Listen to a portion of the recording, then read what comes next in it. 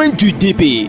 Coin du DP, un canal pour les directeurs de publication de se prononcer sur l'actualité socio-économique, culturelle, sportive et autres, sans oublier la une des journaux. Donc quand je sais que je prends un billet et qu'en amont, on me le refusera, je suis obligé de le refuser sur place. Cela en vaut pour les pièces. Donc il faut que le ministère des Commerçants essaye de passer à une campagne de sensibilisation. On diminue le prix et on laisse chaque conducteur de s'attendre, ce qui fait qu'aujourd'hui, il y a des problèmes entre les chauffeurs et les passagers. Chauffeur, je vais à Goué, mais pardon, je n'ai que 300 francs. Le chauffeur serre la mine. Pour ma part, l'une des grandes menaces qui pèsent sur nos pays, c'est celle du foncier. Et si ce problème n'est pas vite résolu, il pourra un jour nous sauter et provoquer de graves conséquences dans notre pays, surtout à Lomé. Pourquoi c'est maintenant qu'on a dépoussiéré cela pour prendre un décret autour? C'est pas par hasard cette situation dormante de l'opposition après les dernières élections présidentielles. Ford ne va pas se tirer des balles dans les pattes. Si l'opposition dort, c'est tant mieux pour lui. Je vois par endroits les gens faire de la propriété de façon spontanée, mais je voudrais dire que ce n'est pas suffisant. Par rapport à Lomé, où les gens viendront spécialement, il faut que tous les quartiers de Lomé soient mis au propre. Le Jacema a aussi pour ce point. À voir de très près, on dirait que c'est contre la moralité. Cette opération de passe-passe où Blaise Compaoré devient ivoirien,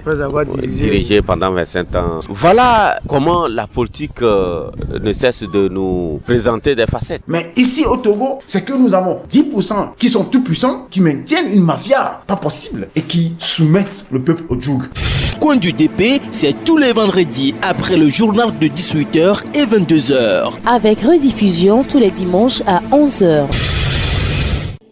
Merci au duo René Améoto et Valentin Misségan pour la revue de presse. Place maintenant au Coin du DP. Coin du DP qui reçoit Alirou Tchakala, directeur de publication du journal Courrier de la République.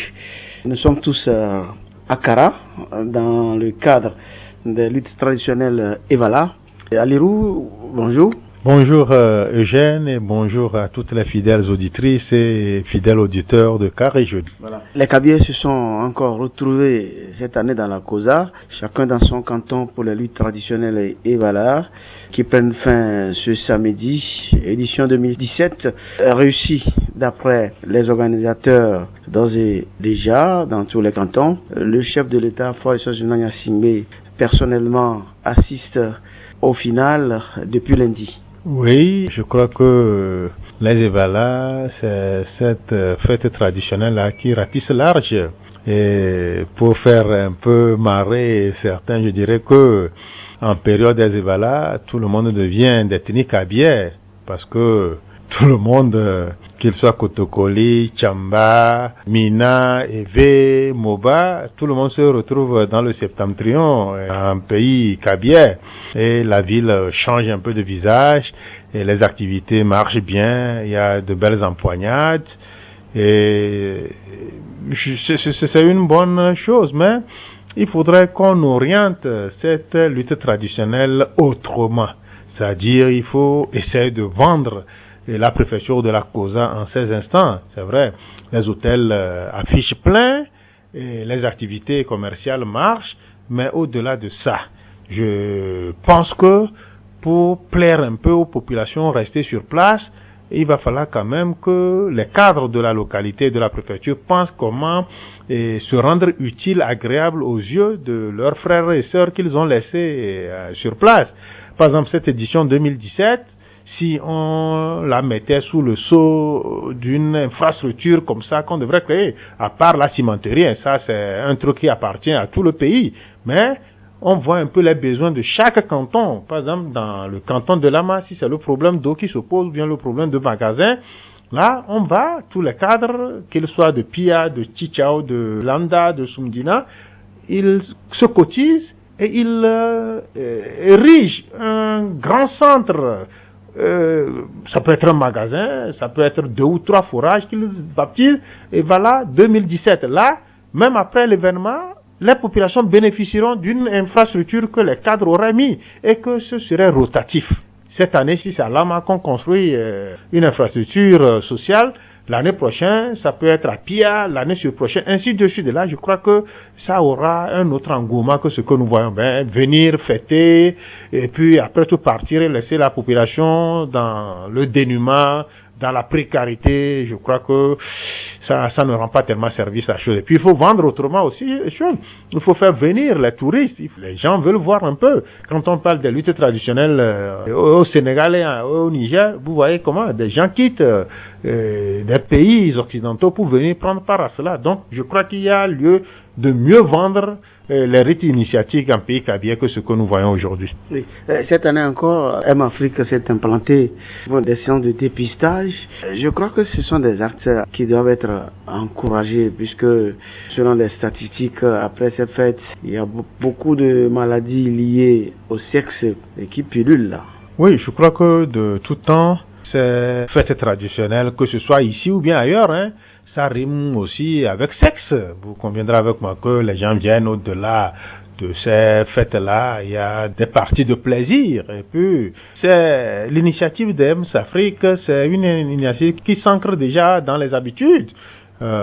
Cette structure, cette association est presque présente permanemment sur le terrain. C'est des gens qui essaient de venir en appoint à ce qui se fait déjà au ministère de la Santé. Donc, il faudrait que les uns et les autres comprennent qu'au-delà de ce que nous voyons, des fêtes, des festivités, de cette ambiance-là, il va falloir que les gens se prennent en charge. Ça veut dire qu'il n'y ait pas trop d'excès. C'est les excès qui conduisent certaines fois à ce que nous ne voudrions pas. Donc, que les gens fassent les choses, mais dans l'absolue responsabilité. Il y a les préservatifs et il y a d'autres aussi canaux, les fémidomes et consorts. Je crois que si les gens comprennent, parce que il suffit pas de tomber sur le premier client et de faire sa partie de plaisir avec ce client. Il faut aussi avoir en cœur de se protéger, de dire que non, au-delà des évalas, je veux être une personne saine de façon sanitairement, quoi. Donc, je crois que au-delà de ce dépistage-là, si une sensibilisation peut s'accompagner, faire la chose couplée, le dépistage avec la sensibilisation, ça serait bien. Je crois que M-Afrique est déjà dans son jardin, parce que c'est pas la première fois qu'ils le font. Ils savent un peu la préoccupation des populations et M-Afrique déjà peut quand même soulager ceux-là qui viendraient peut-être à franchir le pas de trop dans l'errement. Très bien, CONIDP, nous sommes à Accra dans le cadre des évaluations 2017 et nous recevons pour vous Alirou Tchakala, directeur d'application du journal Courrier de la République. Aucune œuvre humaine n'est parfaite, même si les évaluations cette année ont réussi, comme le disent les organisateurs. Ailleurs, il faudrait revoir ce côté organisationnel pour qu'il n'y ait pas de problème. Par exemple, le cas dans les lacs où chaque année, c'est des courses poursuites pour chercher leurs pierres sacrées. Le Courrier de la République doit quand même avoir des suggestions à ces natifs des lacs. Oui, si au niveau de la préfecture de la COSA, les luttes traditionnelles et valas ont été sanctionnées toujours par cette réussite, c'est cette implication sans faille des cadres de chaque canton.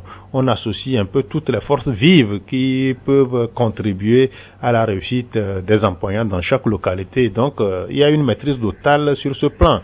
Mais c'est pas seulement dans les lacs. Il y a aussi certaines préfectures où, tantôt, il y a des remous concernant certaines fêtes traditionnelles. Quand vous prenez, par exemple, Tchaoudjo, tantôt, on dit qu'on veut dissocier Adosa de Gadaou et tout ça là. Donc, c'est pas seulement dans les lacs, mais seulement au niveau des lacs, ça a pris un peu des proportions inquiétantes où on est allé même jusqu'à ce que cette prise de pierre sacrée, que ce soit s'accompagne des actes de violence où il y a des jets de pierre, où chaque entité a sa pierre. Donc, ça un peu frustre. Et nous n'avions pas vu cela ces derniers temps. Pourquoi en est-on arrivé là? Je crois qu'il va falloir que les cadres aussi de la préfecture des lacs s'impliquent à fond. On ne peut pas banaliser cette tradition de cette façon. Donc, je crois que cette année, nous osons le croire, les natifs de la préfecture des lacs vont nous présenter un autre visage de PSOSO que ce que nous avions eu à connaître ces 2 dernières années. Ça ne les honore pas, ça n'honore pas le pays. Les gens viennent du Brésil, les gens viennent d'ailleurs, rien que pour la prise de cette pierre. Et maintenant, quand il y a de ces faits anodins, mais qui ternissent l'image de cette fête traditionnelle, je crois que le pas de trop est souvent franchi et il faut discipliner la galerie. Celui par qui, ou bien ceux par qui ces errements, ces égarements, cette dissonance dans la célébration a lieu, il va falloir qu'on les mette, qu'on leur remonte les bretelles.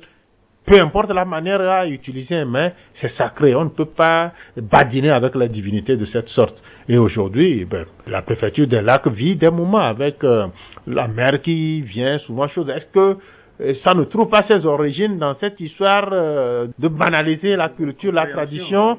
Donc, je crois que on les attend au carrefour. Et c'est dans quelques semaines ou mois. Donc, on voudrait voir les natifs des lacs prendre cette hauteur-là et nous présenter que ce soit sous un meilleur angle que ce que nous avions eu à voir, ce qui nous a été servi ces 2 dernières années. Ça ne les honore pas, ça n'honore pas le pays et ils ont tout intérêt à réussir cette édition 2017. Aliou Tchaka, nous sommes arrivés à Kara donc par la route, même si à Lomé il y a des routes sur lesquelles les riverains grognent et grincent des dents, notamment Lomé-Vaugan en foin. La nationale numéro 1, quand même, facilite un peu la tâche aux voyageurs. Non, la nationale numéro 1 facilite un peu. Je crois que on peut tout se permettre maintenant en empruntant la nationale numéro 1. On peut même jouer sur le temps. Souvent, le facteur limitant, c'est le mauvais état de la route. Aujourd'hui, quand vous empruntez la nationale numéro 1, vous êtes sûr d'arriver à temps chrono en main. Donc, la route, elle était refaite, et jusqu'à Sotobois, vous pouvez vous permettre un peu de tout, quoi. Et c'est bon pour l'image du pays, parce que les pays même de l'Interland qui passent par notre port pour se ravitailler à l'intérieur sont aujourd'hui contents. Les transporteurs sont contents de passer par chose. Mais il va falloir aussi que les Togolaises et les Togolaises entretiennent cette route. Une infrastructure routière, c'est comme quelque chose, c'est comme un produit qui a besoin de soins, qui a besoin de toutes les attentions. Et il va falloir quand même que les gens évite ces petits actes-là qui viendraient peut-être à mettre en mal les infrastructures nouvellement construites. Et c'est là que revient le rôle de la SAFER. La SAFER, c'est que les petits sous que les gens prennent au niveau des péages, c'est presque insuffisant pour les petits besoins d'entretien sur le terrain. Donc, il faut aujourd'hui que les gens comprennent qu'ailleurs, dans les pays occidentaux, même les pays mieux nantis que nous, sur une voie, pardon, la nationale, à chaque 100 km, il y a au moins un poste de péage. Et les gens vont crier qu'ici, on paie plus que trop. Je suis pas en train d'être l'avocat de la SAFER, mais je crois que ça vaut le coup. Une voie, ça s'entretient. Quand on l'a construite, on ne doit pas la laisser comme ça. C'est des soins qu'on lui apporterait, ou bien ces axes-là qu'on leur apporterait, que dépendra et un peu leur longévité. Donc, il faut aujourd'hui que les gens comprennent qu'il faut des actes quand des gens viennent déverser des eaux usées sur la voie, quand des gens viennent de par certains actes inciviques mettre en mal ce qui a été fait. Je crois que ça ne les honore pas. Nous avons cet impérieux devoir d'aider les autorités à mieux nous servir de belles infrastructures routières. C'est tout beau. Quand on quitte Lomé pour arriver à Kara, on peut banalement faire 4 heures.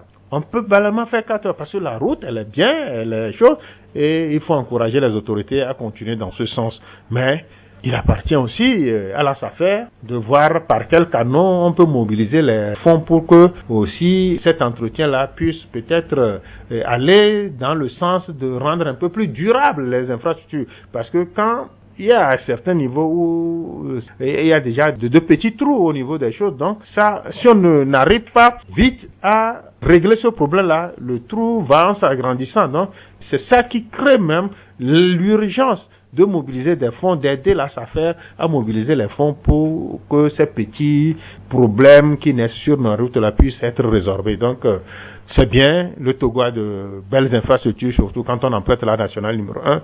On veut aussi voir la même dynamique qui est déjà même, quand vous prenez Pia jusqu'à Saint-Cassé, les voies aussi sont bien faites par un groupe de notoriété sous-régionale qui est Ebomaf. Donc, tout est beau. Vivement que d'autres axes routiers qui sont en souffrance, on puisse aussi vite les rétablir pour que les souffrances de certaines populations puissent être abrégées. Mais Alirou, la SAFER aussi doit rendre compte, elle doit nous présenter des rapports.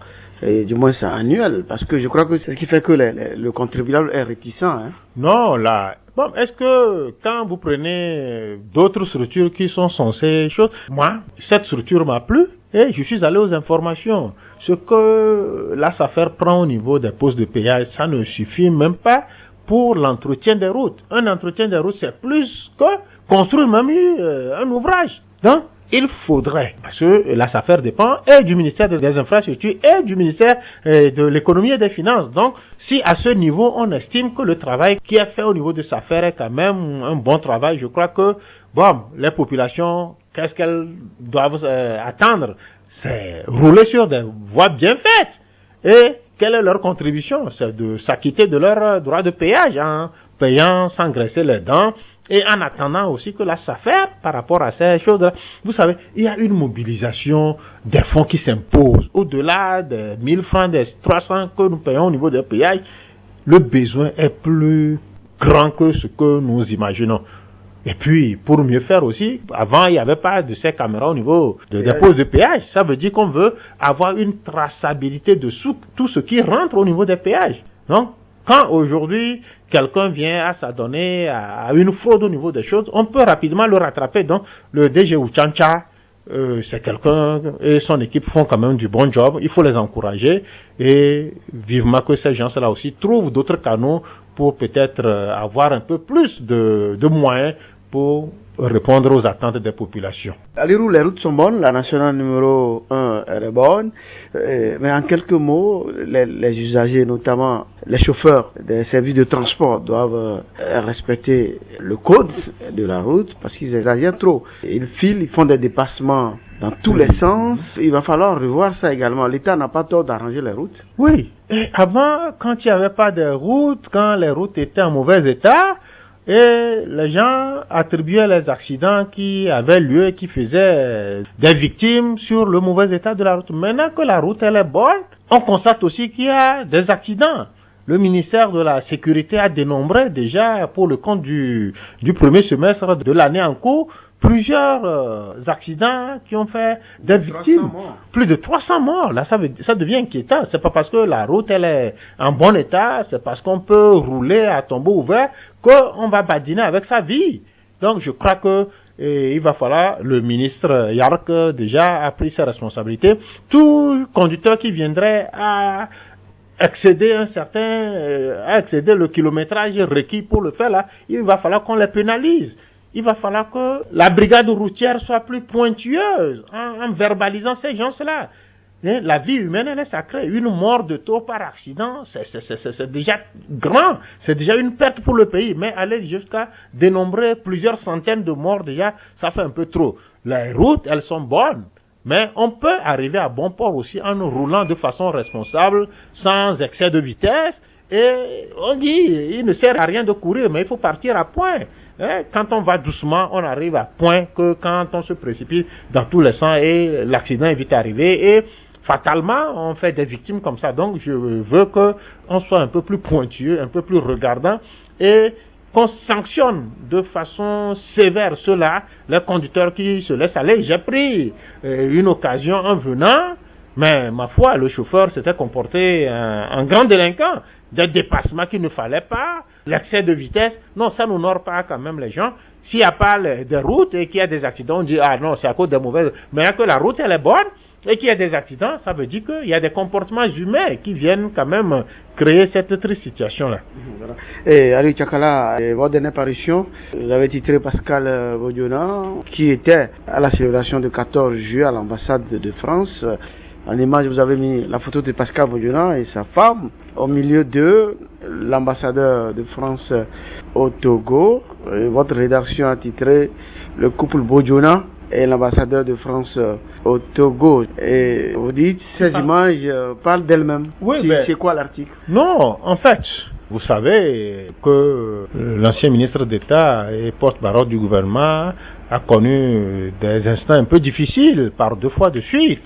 Et c'est une affaire baptisée escroquerie internationale. Vous savez, les ambassades étrangères, surtout occidentales, en poste chez nous, ont une plus grande lisibilité de tout ce que nous faisons que nous-mêmes. Donc si aujourd'hui le ministre Pascal Bodiona, fréquentable, c'est que s'il va à l'ambassade, si à chaque 14 juillet, l'année passée, il était comme la guest star. Et cette année encore, c'est le bis repetita. Il est allé, on a vu des images circuler où il y a eu quelques échanges de mondanité avec l'ambassadeur de France au Togo. Ça veut dire que ces gens-là ont pu s'apercevoir que cette histoire-là, c'était quand même entre griffes du bidon. Du bidon. Ces gens-là, imaginez-vous, le président de l'État islamique être invité à une fête d'indépendance d'un pays occidental, ça ferait chaud. Donc, si aujourd'hui l'ancien ministre d'État va dans des cérémonies comme ça, des pays occidentaux, ça veut dire qu'il est fréquentable. On a pu s'apercevoir que cette histoire ne tenait pas tellement la route et que ce monsieur mérite d'être fréquenté. Donc, c'est des images qui parlent. Et puis, la France, c'est pas n'importe quel pays. C'est le pays où on ne badine pas avec les mœurs. Vous voyez l'ambassadeur de France au Togo être avec quelqu'un qui ne présente pas bel aspect. C'est toute l'image de la France qui en pâtira. Donc, si aujourd'hui, Pascal Bodiona a été reçu comme une guest star là-bas, ça veut dire que le monsieur est fréquentable et que on a pu mener des investigations au niveau de cette grande ambassade et on s'est rendu compte que tout ce qu'il a conduit tantôt à la gendarmerie et après à Thiévier, c'est des histoires peut-être fabriquées qui n'ont pas tenu, qui n'ont pas résisté à l'épreuve de la vérité. Donc c'est ce que nous avions voulu relater. Courrier de la République de cette semaine, Togo, l'impasse politique, situation pire qu'avant la PG. Oui, ça a l'air, parce que avant que l'accord politique global ne soit signé, il y avait une situation très intenable dans le pays. Les acteurs politiques ne se faisaient même pas confiance. Il y avait ce climat de méfiance, de suspicion. Et il a fallu cet accord. Même le pouvoir en place aussi n'avait pas une cote sur le plan national et international. Il a fallu que tous les acteurs politiques d'alors signent cet accord pour que le pays connaisse une renaissance. Mais là, aujourd'hui, quand vous voyez un peu tout ce qui se fait, la suspicion est revenue au grand galop. Et pour même vote d'une loi, vous voyez un peu le cordon de sécurité qu'on met autour de l'Assemblée nationale. C'est souvent des passages en force. Je crois que les acquis de cet accord politique global, on n'en a pas pris soin. On est retombé dans les travers de la situation qui a prévalu à la mort de feu président et Adema. Donc, je crois que c'est dû à quoi? Cette mise en œuvre de l'accord politique global ne s'est pas faite de façon efficiente. On a choisi ce qui intéresse et on a laissé ce qui peut-être n'arrange pas. Donc cette gestion sélective des recommandations de cet APG-là a fait que cette suspicion-là a grandi. Cette suspicion est en train de créer une impasse politique qui ne dit pas son nom. Vous conviendrez avec moi que la situation politique dans le pays n'est pas aussi beau fixe que ça. C'est tendu. On ne sait pas de quoi demain sera fait. Donc, je crois que tous les acteurs politiques doivent comprendre que nous avions eu une occasion en or que nous n'avions pas saisie. Mais il n'est jamais trop tard pour peut-être renouer avec ce que nous avions manqué de faire, c'est-à-dire revoir un peu l'accord politique global, recréer un cadre de dialogue pour que les acteurs ne se voient plus en chien de faïence, mais en partenaires liés pour une seule cause, la cause du pays, la cause du développement du pays. Donc, je crois que c'est le combat qui vaut la peine d'être mené aujourd'hui. Votre rédaction a également fait un tour sur le campus de Lomé, où le président de la LTDE, Sativi Folu, selon vos écrits, annonce la poursuite de son combat malgré les intimidations. Oui, et Foli Sativi, c'est un jeune étudiant qui sait quel sens donner à son combat. Il veut une meilleure condition d'études sur le campus, tant de Lomé que de Kara. Le jeune étudiant Sativi, c'est un téméraire, c'est quelqu'un qui sait ce qu'il fait. Il est engagé dans une cause, celle de pouvoir permettre à ses camarades d'étudier dans de très bonnes conditions, et il s'y met à fond Entre-temps, il a dit que malgré toutes les intimidations, malgré cette condamnation avec sursis, malgré l'incendie dont il a été victime, cela ne saurait freiner son ardeur d'aller jusqu'au bout de son combat. Donc il a eu à servir tout un chacun, les autorités universitaires, le ministre de l'enseignement supérieur, donc il a eu à égratigner la susceptibilité de tout ce beau monde-là qui, ma foi, badine avec la vie de nos étudiants. Donc il a donné le temps, même si ce qu'il a eu à endurer peut peut-être émousser son ardeur, lui se dit que le combattant qu'il n'a pas encore eu gain de cause, il ne peut pas faiblir dans cette lancée-là. Il continue et il entend rassurer ses camarades étudiants que rien ne pourra annihiler l'élan qu'il s'est donné et s'il plaît à Dieu, tôt ou tard, ils auront gain de cause. Le gain de cause qu'ils attendent, c'est de voir leurs conditions de travail et d'études être améliorées, qu'ils ne donnent pas la voie avant qu'on estime qu'il faut sortir les tranches d'études. Les tranches d'études, c'est pour que les étudiants puissent faire des photocopies, mener leurs études avec. Si on doit sortir les tranches d'aide au-delà de l'année académique, ça veut dire que quelque part, il y a un problème. Et puis, cette milice-là aussi, qui peut-être s'adonne, peut-être avec sa modération, à la chasse à l'homme, il a eu aussi à dire que non, ils attendent tenir avec responsabilité et hauteur devant ces gens-là qui pourrissent l'atmosphère sur le campus universitaire de Lomé. Voilà, Aliou Tchakala, les examens de fin d'année poursuivent leur petit bonhomme de chemin. Et cette semaine a démarré la correction du CEPD et du Bac 2. Décidément, les parents d'élèves doivent se frotter les mains et pousser un ouf de soulagement par rapport à cette année scolaire qui a été peu mouvementée. Non, est-ce que c'est cette année scolaire seulement qui a été mouvementée? Depuis quelque temps, on nous a habitués à ces rentrées toujours mouvementées. On s'y prend à la dernière minute. On ne met jamais les vacances à profit pour peaufiner les réglages nécessaires qu'il faut. Donc, on nous a habitués, mais l'année actuelle, académique et scolaire actuelle, a connu, je crois, un peu plus de remous que nous en avions connu avec la CESET, qui a tenu dragée haute aux autorités. Mais bon, on a pu s'attendre, on a évité de justesse une année blanche, mais les parents qui ont dépensé sans compter pour assurer quand même l'éducation de leurs enfants sont eux les premiers bénéficiaires. Mais qu'est-ce que les résultats des examens donneront sur le terrain? On a vu un peu le bac 1, où les résultats sont en deçà de ce que nous avions enregistré l'année dernière. Donc, cette année aussi, si on doit sauver l'année pour la sauver et avoir des statistiques qui ne sont pas tellement reluisantes, je crois que ça n'honore pas le système éducatif togolais. Donc, il faut aller au-delà de ça. Profiter des vacances. Des vacances, elles sont faites pour que les élèves puissent récupérer, mais elles ne sont pas faites pour que les responsables en charge de l'éducation croisent les bras et attendent le début de l'année pour courir dans tous les sens. Il y a des revendications qui sont en suspens.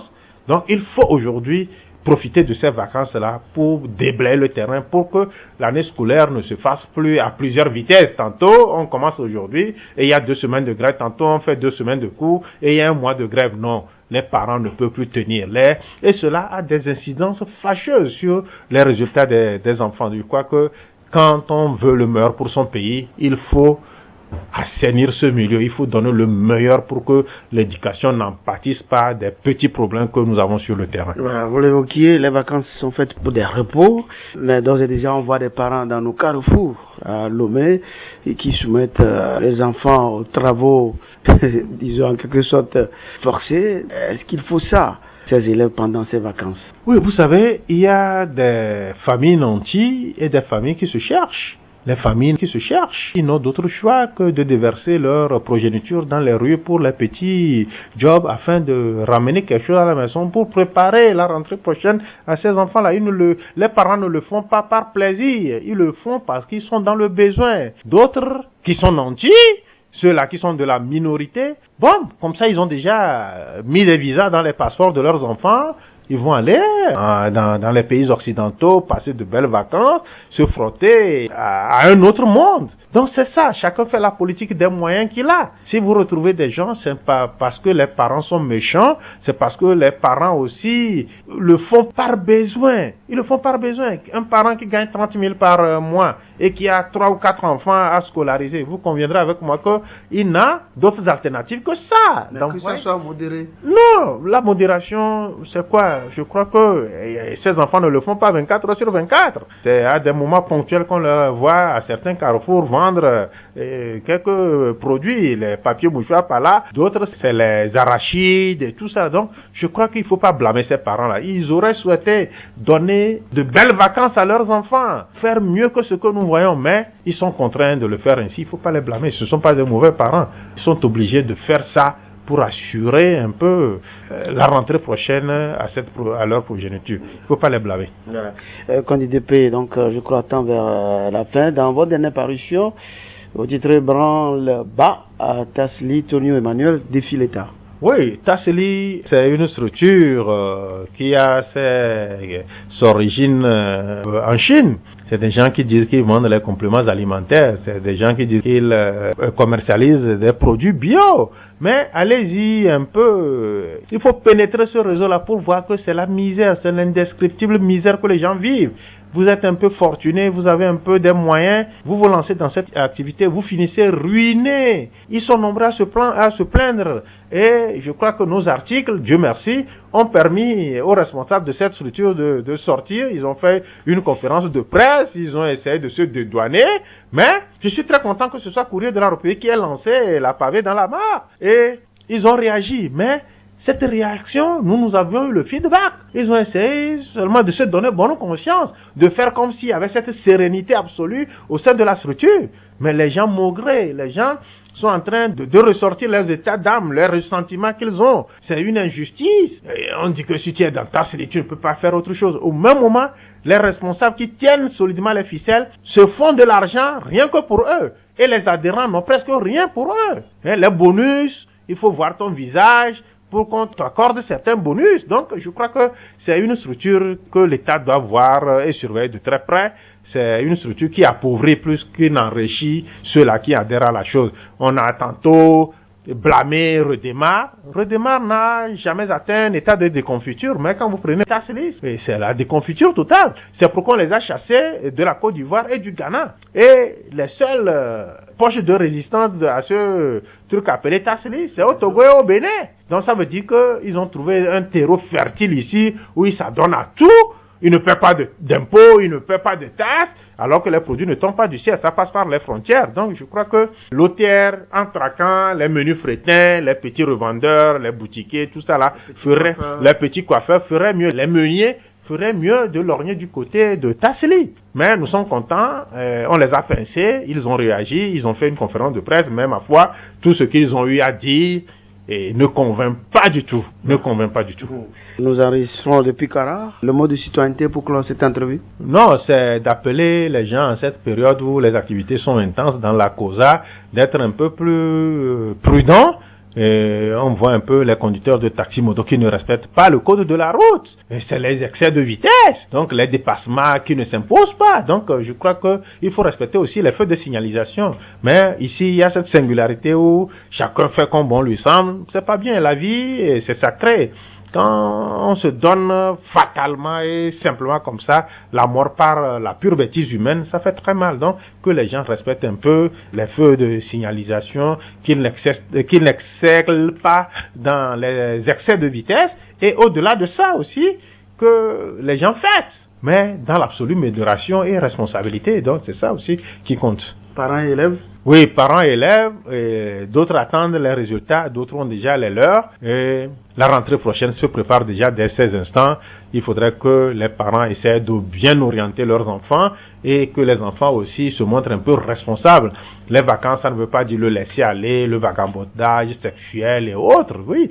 On peut se rendre utile en vendant de l'eau.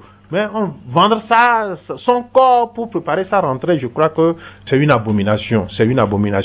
Il va falloir que les enfants n'ont pas demandé à naître. Si un parent a des enfants, c'est qu'il est obligé de subvenir à ses besoins. Donc, que les parents aussi, malgré la situation que nous tous nous vivons, essaient de prendre leurs responsabilités et de jouer leur partition pour donner le strict minimum qu'il faut à leurs enfants pour la rentrée 2017-2018. Je voudrais aussi inviter les responsables en charge de l'éducation du pays de mettre à profit les 2 mois de vacances là pour colmater les brèches. On ne voudrait plus vivre ce que nous avions eu à connaître cette année scolaire. Et cela passe par ces rapports permanents, comment le dirais-je, voir un peu avec le monde syndical, comment est-ce qu'on peut parfaire ce qui n'a pas été fait l'année en cours. Donc, les gens sauront mettre un peu d'eau dans leur vin si on s'y prend bien.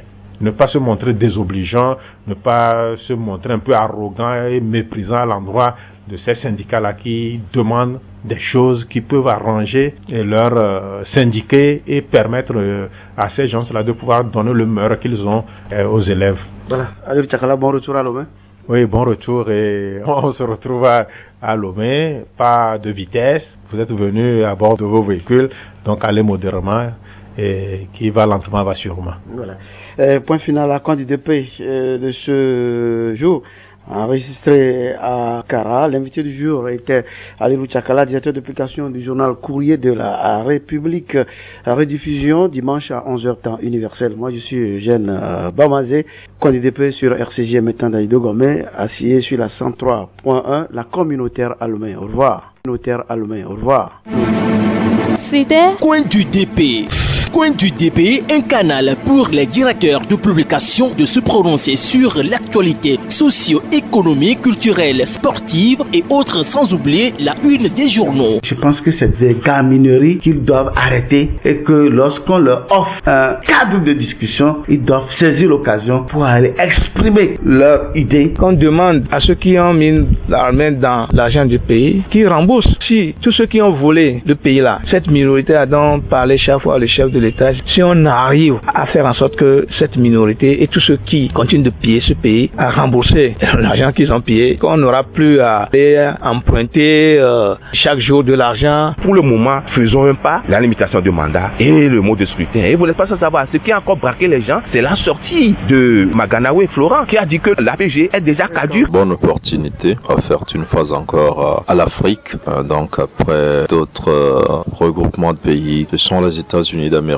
qui offrent donc une opportunité à l'Afrique pour une fois échanger. Dans un pays normal et surtout en Afrique, le clergé et les représentations religieuses et spirituelles ont une importance capitale dans les prises de décision, dans l'orientation. Et le mal du Togolais, c'est que on réagit au coup par coup. Quand aujourd'hui quelque chose se passe, on réagit sur le champ, mais on ne cherche pas les tenants et les aboutissants. Les hommes d'affaires font les affaires. Et qui dit homme d'affaires cherche d'abord son bénéfice, puis le reste viendra après. Et donc quand vous confiez la fédération à un homme d'affaires, attendez-vous à ce qu'il fasse des affaires avec votre fédération et votre football. Disons que l'essentiel doit être fait. Et l'essentiel pour moi, c'est accompagner les responsables, les propriétaires de ces fermes avicoles afin qu'ils puissent redémarrer rapidement leurs activités. Je ne suis pas sûr que nous pouvons faire le compte. Et ça, c'est parce qu'il y a une certaine impunité dans le pays. Les gens pensent que quand on détourne l'argent du pays, ce qu'il y a comme sanction, c'est qu'on vous licencie. Coin du DP, c'est tous les vendredis après le journal de 18h et 22h. Avec rediffusion tous les dimanches à 11h.